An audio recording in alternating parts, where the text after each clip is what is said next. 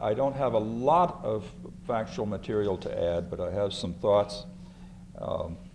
And by the way, do read Mel's commentary in the Union or the Tribune or the North County Times this morning. You read it. That was the North County section that also noted the opening of the new library in Encinitas, about which they are so proud, and they deserve to be. We all know that we're talking basically in terms of recreation about our kids and youth. That's where everything starts. If they're in swings, in the pool, in the library, on the ball fields, they're gaining self-confidence, self-awareness. If they're in the library, they're getting some academic skills, and they're beginning to succeed. And they feel that they have some self-worth. We all know that because we were all there. That's how we got here. Now, the more they succeed, the more we succeed. And they're literally the future. When they fail to thrive, we fail. When they fail to thrive, we fail. And when they lose self-confidence and ambition because we failed them, it's a self-inflicted financial and moral catastrophe which we caused. Our failures, by the way, are very expensive, even if measured only in money. And of course, they're not just measured in money. But if you're looking for cash, it's $500,000 to get rid of graffiti each year in this city, which we've just budgeted. A gang cop's $180,000 a year. One. That's what it costs to keep them on the ground. And you know, we could go on example after example. When we lose a kid, a youth, we let them fall off because we did not provide the services, because we were too penurious, we lose a piece of our future, and it's costly in the future. Now, this new view of full cost recovery seems to appeal to the majority of our council because they have expressed the theory and the feeling that parents are responsible for their children, not a city, not a community, but that family out there has to take care of their kids. It's not our job, it's their job. If you use that as a predicate and you absolutely believe it, then you have to face the point that, well, why are the taxpayers paying for recreation for that family's children? And it's easy to pull back and say, no, we don't need to spend taxpayer money for that family's children. It's not a community responsibility. It's not a city responsibility. If that's your predicate, that's the road you travel. And that seems to be the predicate here. And you have heard them express it. You have heard them express it on the council dais. There's a clicker here.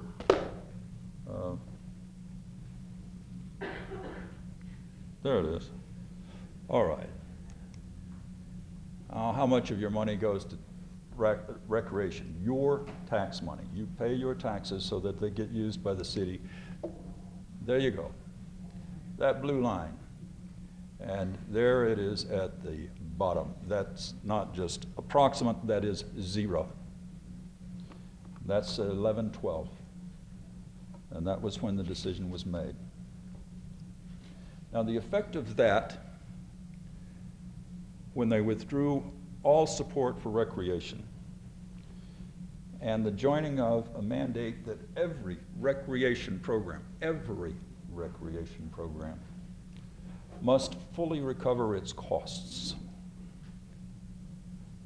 And think what that meant to all of the recreation programs. Many of them had increased costs, many of them were shaved down in time, and some of them are still struggling. The fees went up, of course.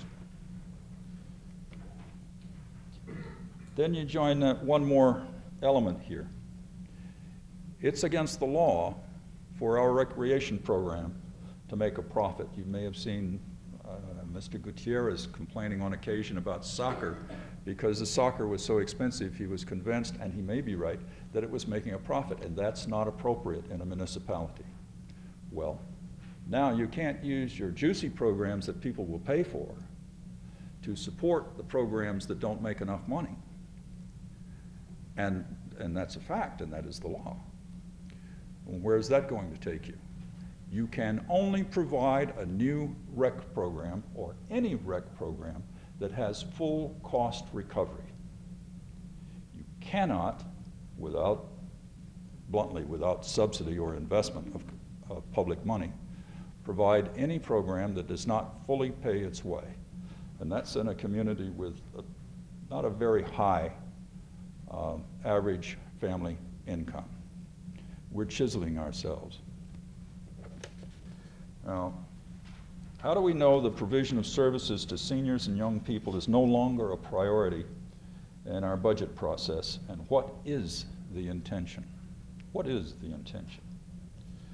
We know, I think, because the community services, recreation, libraries are no longer considered a core service. Well, I think what that meant when they just deleted those few words.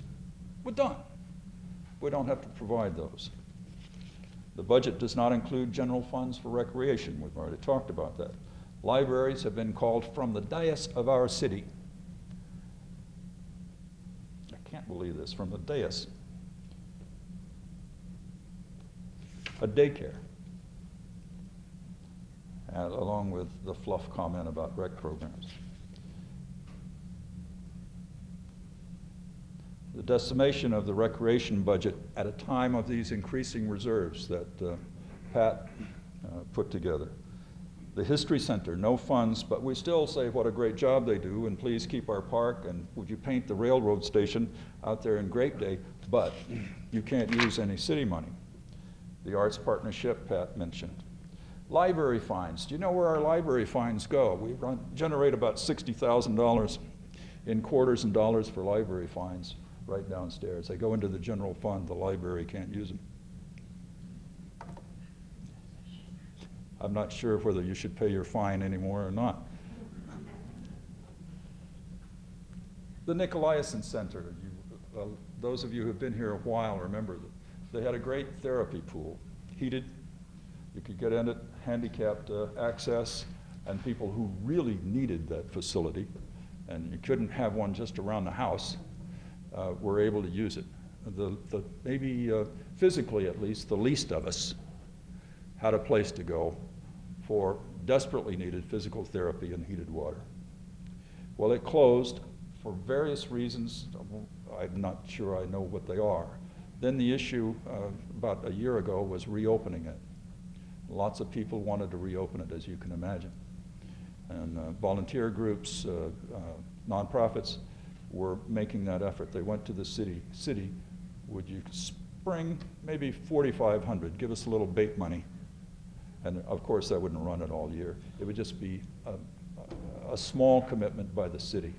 And it could, as you know, be the genesis of a program to raise enough cash to keep that going. And as you further know, pools are not inexpensive to run. Anyway, city, would you give us $4,500? Answer, no. Just no. Not a nickel. And it's still closed. If you want to play basketball in this city, we have two great basketball courts in the what still remains of the Escondido Community, or the East Valley Community Center. And you should go in and take a look. They really are nice. It makes out into also 6 badminton courts. You can go in and play at $2 sort of free basketball, if you want to call it that, and have a good time. You can do that if it's not rented. Rentals take priority. You can show up at the proper hour to go in and shoot a few hoops with 2 or 3 or 4 of your friends, get there, courts rented, you can't play, because we need to rent it for cash. Remember, full cost recovery. And the rental comes before you do. The pools, now there is one on the pools here I want to get to. We have 2 swimming pools, the Stone Pool, which is in Grape Day, and the Washington Park Pool, as you know, in Washington Park. That top segment there, it used to be open Monday, Friday, Monday to Friday, as you see, 1 to 4, Saturday, Sunday, noon to 5. otherwise known as 7 days a week, which is fairly important in an area where it gets to be between 90 and 104 during the summer. And kids who don't have a pool, and most of them now don't because they're too expensive at home, have a place to go. And it might be $1, it might be $2, it might even be $3, but the pool is open. You got a place to go with 2 or 3 or 4 of your buddies. Or the family can go. Mom and Dad can take the 2 kids down there. And that was a very important resource in a city such as Escondido. And even though we are 144,000 people and only had 2, they were critical. Last summer, and Pat put this together, by the way. I didn't dig all this information up. She got it. Last summer, 8 hours combined. 2 swimming pools, which all of us and our predecessors paid for. The Stone, you can swim Friday 1 to 4. Not Saturday, not Sunday, not any other time. Washington Park, you can go, as you see, Wednesday and Friday, 1 to 3. Not any other time. And by the way, when you show up, if it has been rented out to some polo club or whatever, that rental comes first. You come last, or your kids do. It's virtually unusable.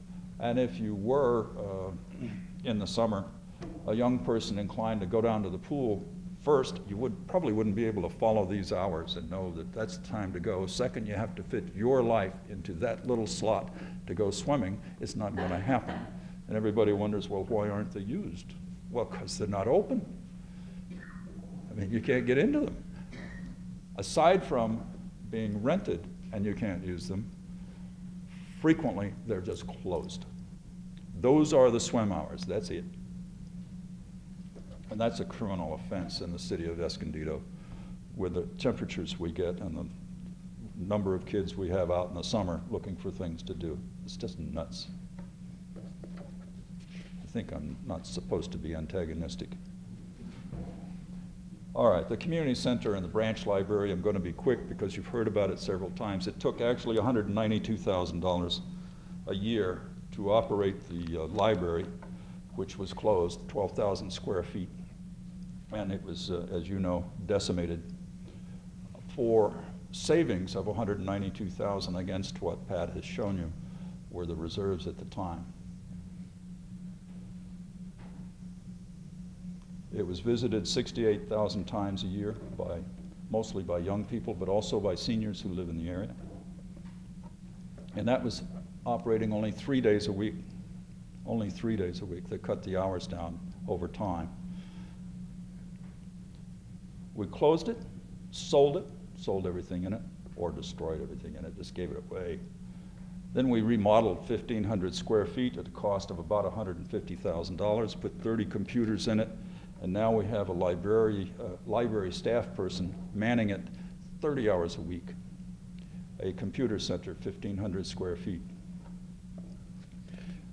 Now the council has directed the recreation department, or the community services department actually, to rent all the space they can in our community center to private enterprise, if private enterprise wants it, or to nonprofits if they want it.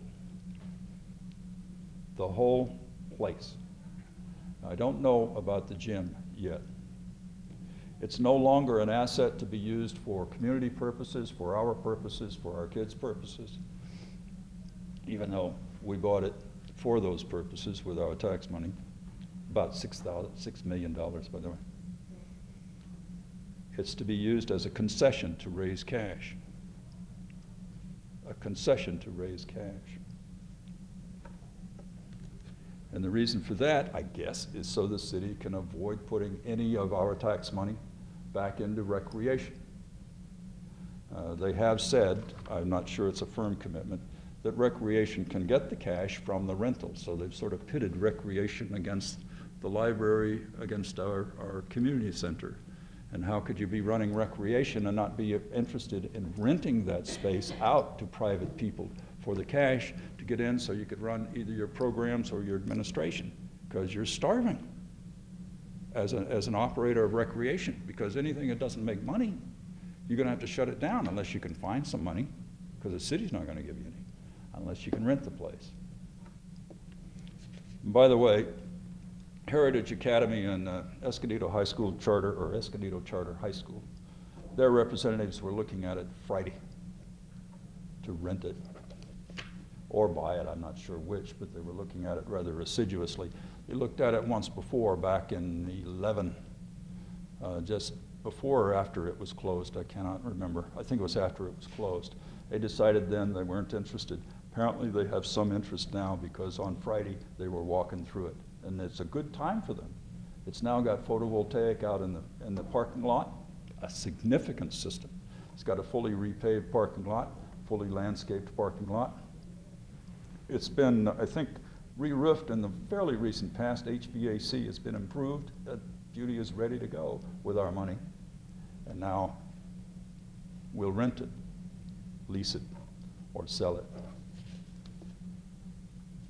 The two gyms are also attractive if you were running a high school or a middle school at that location.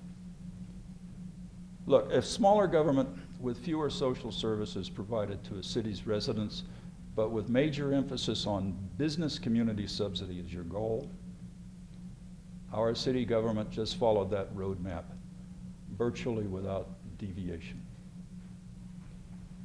And the proof of our council majority's predisposition away from community and toward business is in the pudding, not in the words. And the pudding we just talked about, and Pat has just showed you.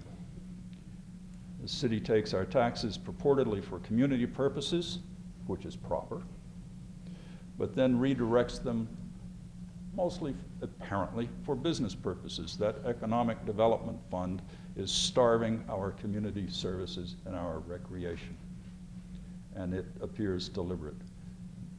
I think we're being cheated by our city government.